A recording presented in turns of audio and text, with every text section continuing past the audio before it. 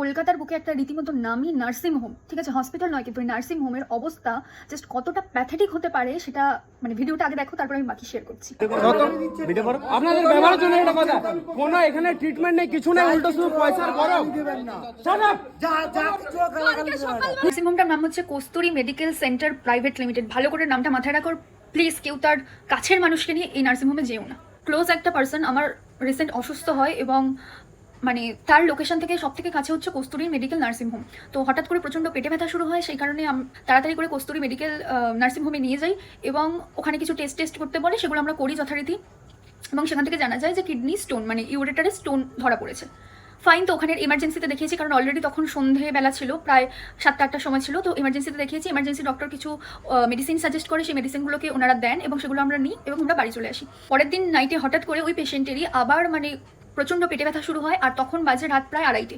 তো যেহেতু আমরা কস্তুরীতেই আগের দিন দেখিয়েছিলাম, সেই কারণে আমরা প্রেফার করলাম যে ওখানে যেহেতু আমরা আগের দিন দেখিয়েছি, ওখানে দেখানোটাই সেভ অপশন হোক, আমরা ওখানে নিয়ে যাই। ওখানে দেখলাম সিকিউরিটিগুলো নাকে সর্ষের তেল দিয়ে ঘুমোচ্ছে এবং তাদেরকে আমরাই রীতিমতো ডাকলাম যে এরকম পেশেন্ট এসছে। তো দেন ওরা উঠলো, একজন এমার্জেন্সি ডক্টর এলো এবং আমাদের যে ক্লোজ পার্সন প্রচণ্ড পেন হচ্ছিল। তো আমরা বলছিলাম যে আপনি কিভাবে মানে কি করে ট্রিটমেন্ট করবেন। আগের দিনও যখন পেন অবস্থায় গিয়েছিলাম তখন ওরা একটা ইঞ্জেকশন দিয়েছিল, ইঞ্জেকশনটা দেওয়ার পর পেনটা কমতে অনেকটা টাইম লেগেছিল, বাট আলটিমেটলি একটু পেনটা কমে গিয়েছিল। তো ওই ইঞ্জেকশন তো মানে একটা ওই রকম ইঞ্জেকশন তো বারবার দেওয়া যায় না। তো আমরা জিজ্ঞেস করছিলাম যে কিভাবে আপনি পেনটাকে ট্রিট করবেন।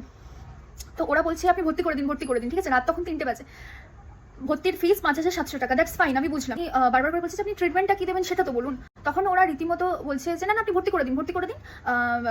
কি ট্রিটমেন্ট দেবে সেটা আমাদেরকে জানাচ্ছে না। মানে আমরা তো যথেষ্ট এডুকেটেড, ঠিক আছে, আমি আর আমার কিছু ফ্রেন্ডস গেছিলো, প্রত্যেকেই এডুকেটেড। আমাদের এইটুকুনি নলেজ আছে যে কি হলে কি ইঞ্জেকশন দিলে কি একটু আমরা অ্যাটলিস্ট স্টাডি করে জানতে পারি। তো এতটুকু তো রাইটস আমাদের আছে যে আমরা জানবো যে কি হলো, ঠিক আছে, মানে কি ট্রিটমেন্টটা দেওয়া হবে। মানে যে সিকিউরিটি আছে আমাদের সাথে এত খারাপ বিহেভ, এত ঝগড়া শুরু করে দিল রাত 3টের সময়, আমি জাস্ট বলে বোঝাতে পারবো না। মানে কোনো পেশেন্ট পার্টির সাথে কোনো সিকিউরিটি এইরকম বিহেভ করতে পারে এটা আমার জানার বাইরে। মানে আমি জাস্ট দেখিনি, ঠিক আছে। শুধু সিকিউরিটি না, বাকি সবাই করছিল, বা যিনি সিকিউরিটি ছিলেন সে সব থেকে বেশি করছিল। আমি মুখটাও ভালো করে পরিষ্কার করে দেখে দিচ্ছি। তো ওই টাইমে আমাদের মাথাটা মানে এমনিতেই ব্ল্যাঙ্ক, কারণ আমাদের পেশেন্ট পুরো রীতিমতো ছটপট করছে। ওরা চাইছিল যে অ্যাজ সুন অ্যাজ পসিবল আমি পেশেন্টকে অ্যাডমিট করিয়ে দিই, ওরা টাকাটা নিয়ে নিক, ঠিক আছে। কি ট্রিটমেন্ট দেবে সেটা কিন্তু ওরা বলতে পারছে না, কারণ এটা একজন অ্যাকচুয়ালি ইউরোলজিস্টের উপর ডিপেন্ড করছে, ঠিক আছে। আর ওরা ছিল মেডিসিনের ডক্টর, ওরা চাইছে জাস্ট ভর্তি করিয়ে দাও। The security was so rude. ও রীতিমতো আমাদেরকে বলছে যে এরা মদ খেয়ে আছে, মানে এমনি একটা বিহেভ। মানে আমরা মানে 2 দিন ধরে জল খাওয়ারও টাইম পাইনি, ঠিক আছে। এরকম কিছু সিচুয়েশন আমাদের সাথে চলছিল। আমাদেরকে বলছে যে এরা মদ খেয়ে আছে, মানে এতটা প্যাথেটিক বিহেভিয়ার। মানে কনসার্নিং ব্যাপার বলে আমি শেয়ার করলাম যে তোমরা যাতে এটা ফেস না করো যেটা আমি ফেস করেছি। অ্যাটলিস্ট রাত্রিবেলা তো যেওই না, দিনের বেলা তাও ঠিকঠাক ছিল।